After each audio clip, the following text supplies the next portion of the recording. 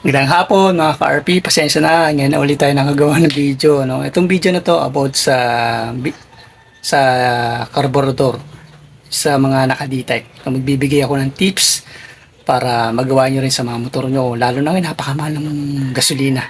No, itong motor ko ay 4 years na mahigit. No?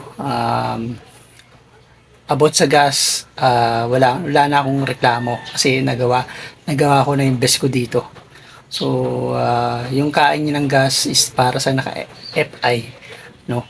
Kaya nga sabi ko nga, mas maganda ginagawa yung pagtotono actual. Pero sa mga malalayo sa area ko, no? Ginawa ko tong video na to para sa inyo, no? Para sana magawa nyo at makatulong sa inyo. Okay? Napakasimple lang to mga ka-RP. Okay? Ah, bago ko ipakita sa inyo, paalala ko lang na yung video na to para sa naka D-type na 125cc. Okay? Hindi pang 150. Iba kasi yung setup ng ng turns sa 150, no? Tapos sa 150 kasi hindi mo pwedeng isagad dun sa pinaka number 1. Ano? Pwede naman, but hindi nyo isasagad sa number 1 yung needle.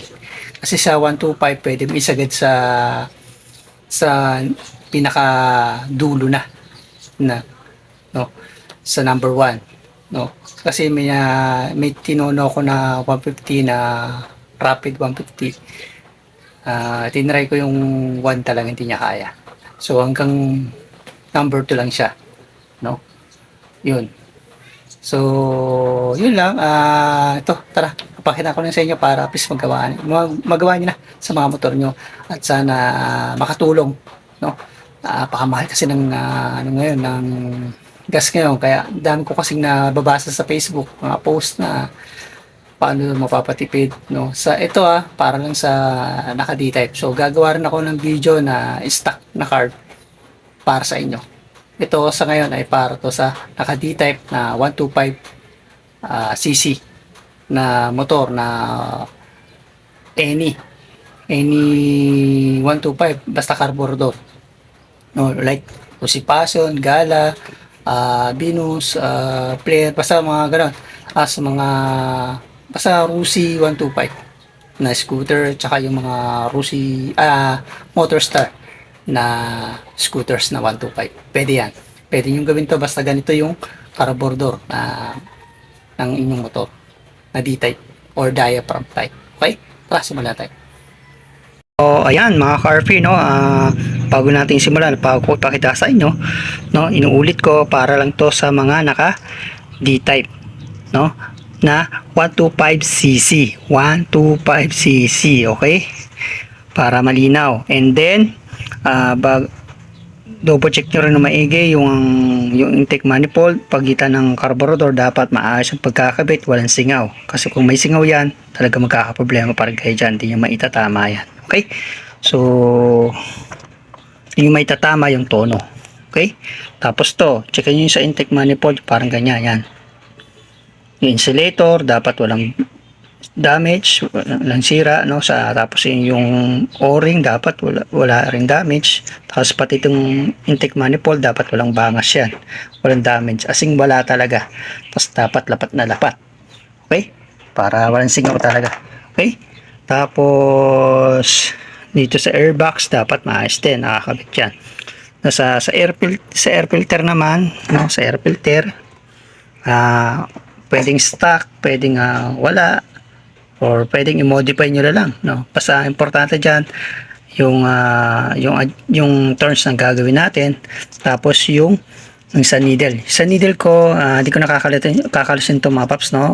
Sabihin ko lang, yung sa needle in-adjust ko na sa pinakataas sa number 1, kasi yung needle ng carburetor na to ay 5 adjustment. So sa number 1 ko na nilagay sa pinaka top, no? Ibig sabihin nun ay lean settings yon, no? Lean settings. Pero sa itong motor ko ay never pa tong nag-overheat. Okay, basta ang tips ko lang sa inyo, siguro lagi dapat na nasa tamang level langis ng makina ng motor nyo. No, huwag nyo pababayaan doon, kaya nag-overheat din yun dahil kulang din sa langis na tutuyuan. Okay, huwag nyo pababayaan. Okay, so ganun.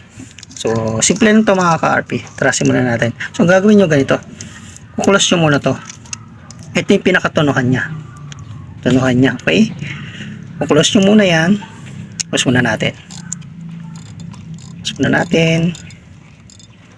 Tapos magma-mark kayo dito. Ayan, na-close nyo na, mo. Mark kayo dito sa part na yan. Tapos mag-turns tayo ng 1 turn and 1/4. Parang gano'n. Or pwede rin 1/8. Okay? So, bilang tayo. Kalahati. Isa.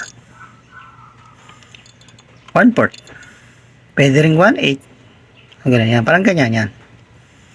Yan, okay na yan, no? So dito sa pinaka idle nya, no, iset nyo lang yung sakto na hindi lang mamamatay yung makina. Pangit din kasi yung mas mataas na idle, no, na kadagdag din yun ng lakas sa gas. So tamang idle lang na hindi lang siya mamamatay. Okay, yun lang. So bahala na kayo dyan mag-adjust. Ito yung adjust ang idle, ito yung tonuhan ng air, ng fuel air ratio. Kasi itong carburetor na to, ang sinusukat niya ay fuel air. Okay? So, yun lang, at sana nakatulong tong video na to, lalo sa mga malalayo na subscriber ko na hindi naman nakakapunta dito sa akin. Para sa inyo to, at sana magawa nyo sa mga motor nyo itong video na to na pinakita ko sa inyo. Ito ay halos 1 taon ko na tong ginawa, no, hindi ko agad ginawa ng video dahil gusto ko makasigurado ako na kapag sinir ko sa inyo ay walang magiging problema. Okay, no, kasi ako wala akong naging problema sa loob ng 1 taon. Okay, basta siguraduhin nyo lang na tama ang pagkakabit nyo, wala singaw. Tapos siguraduhin nyo rin na yung preventive maintenance nyo sa level ng tama ng level ng engine oil, no, huwag nyo pababayaan. Okay, so yun lang, maraming salamat, sana makatulong itong video na to. At itong video na to ay hindi ko kayo inuobligang gawin nyo. Okay, option nyo lang po yun. Gusto yung gawin, nasa sa inyo. Kung ayaw nyo, hindi ko naman po pinipilit. Okay, yun lang, maraming salamat, peace out, bye bye, ride safe lagi.